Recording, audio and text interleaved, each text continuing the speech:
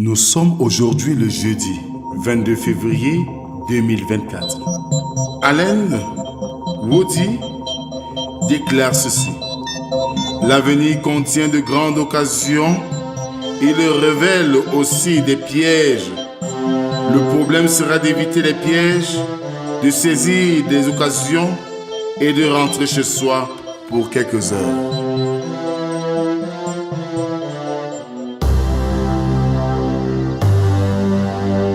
Bien-aimés dans le Seigneur, bonjour. Nous sommes réunis ce matin, comme chaque lundi à vendredi, dans le cadre de la méditation quotidienne.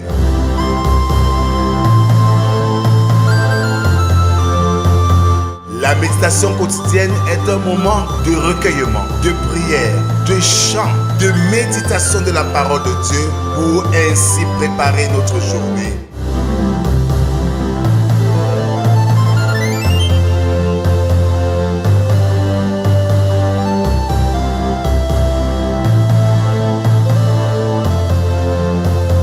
Pour vous servir, le pasteur Rodrigue Gage de l'église évangélique du Cameroun. Alors, bien-aimés dans le Seigneur, je nous invite à ouvrir nos cantiques sur les ailes de la foi pour chanter à Dieu notre reconnaissance avec le numéro 615 intitulé « Bon courage, ami ». C'est mon dès l'aurore, c'est mon dès l'aurore, quand le soleil luit, quand le soleil luit, et c'est mon encore, lorsque vient la nuit, Dieu peut faire éclore la fleur et le fruit. Bon courage, ami, et bon courage, ami. Nous irons joyeux cueillir les épis. Bon courage, ami, et bon courage, ami. Nous irons joyeux cueillir les épis. Bon courage, ami, dans le champ de mission. Bon courage dans le défi de la foi. Bien-aimés dans le Seigneur, continuons à adorer notre Dieu avec le psaume du jour, le numéro 81, dont nous ferons lecture des 5 premières strophes, qui stipulent ceci. Chantez avec allégresse à Dieu, notre force. Poussez des cris de joie vers le Dieu de Jacob. Entonnez des cantiques, faites résonner le tambourin, la harpe mélodieuse et le luth.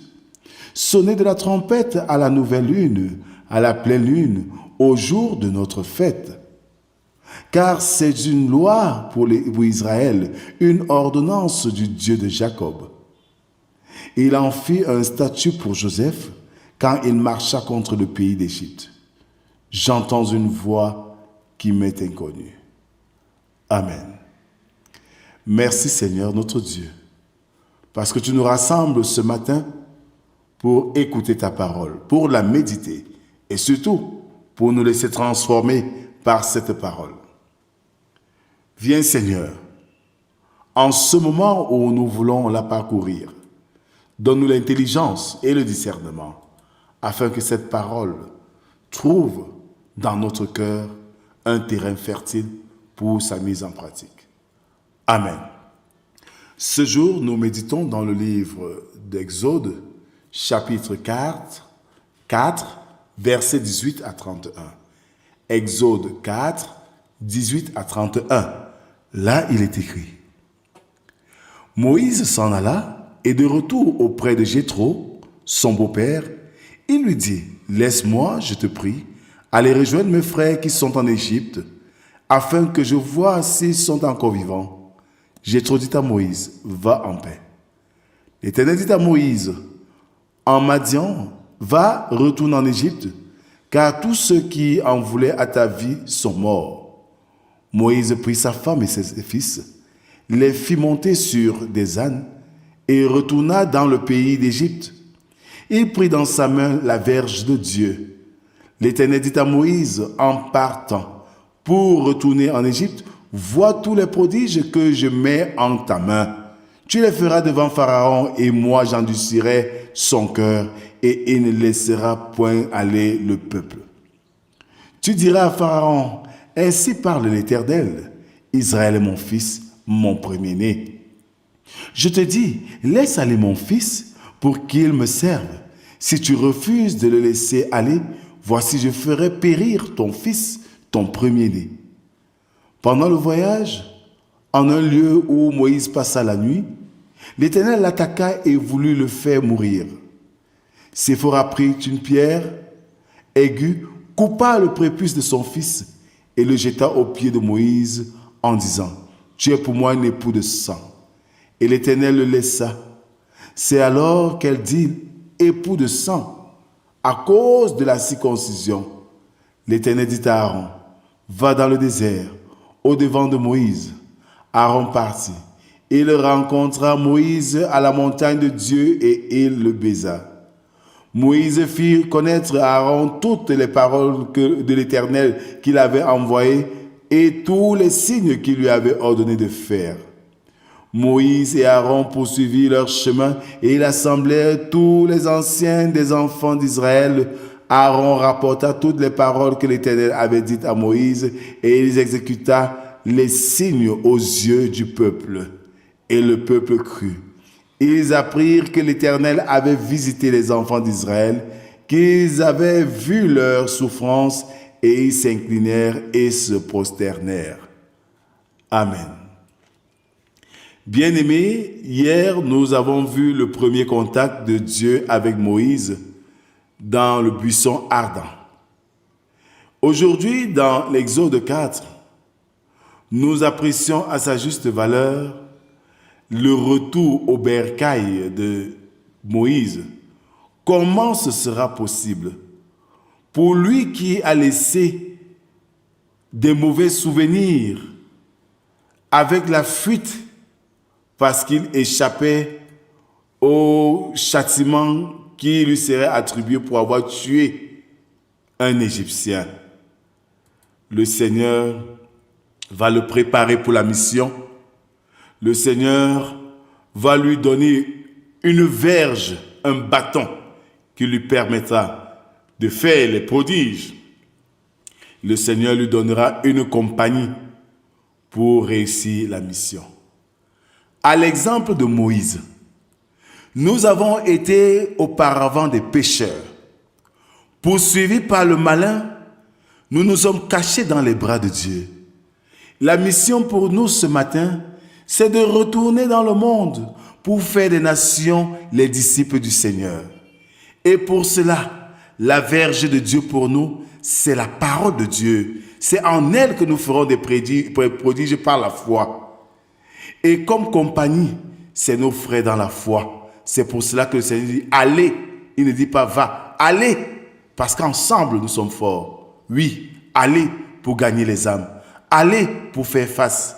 Et pour cette mission de conquête des âmes pour la gloire de Dieu, il nous a tout donné pour que cette mission soit facile, bien que difficile dans sa mise en pratique. Qu'en ce jour, comme Moïse, nous nous armons de notre verge, qui est la parole de Dieu, et de ce courage dont Moïse était habité, et la compagnie de nos frères et sœurs, et du Saint-Esprit, comme Aaron le fut pour Moïse. En cela, nous serons efficaces dans le champ de mission et nous glorifierons davantage le nom du Seigneur. Amen. Je nous invite à la prière. Merci Seigneur pour ce matin. Merci pour cette parole que tu nous donnes, qui nous invite pas seulement à te contempler du haut des cieux, mais aussi de nous mettre à ta suite.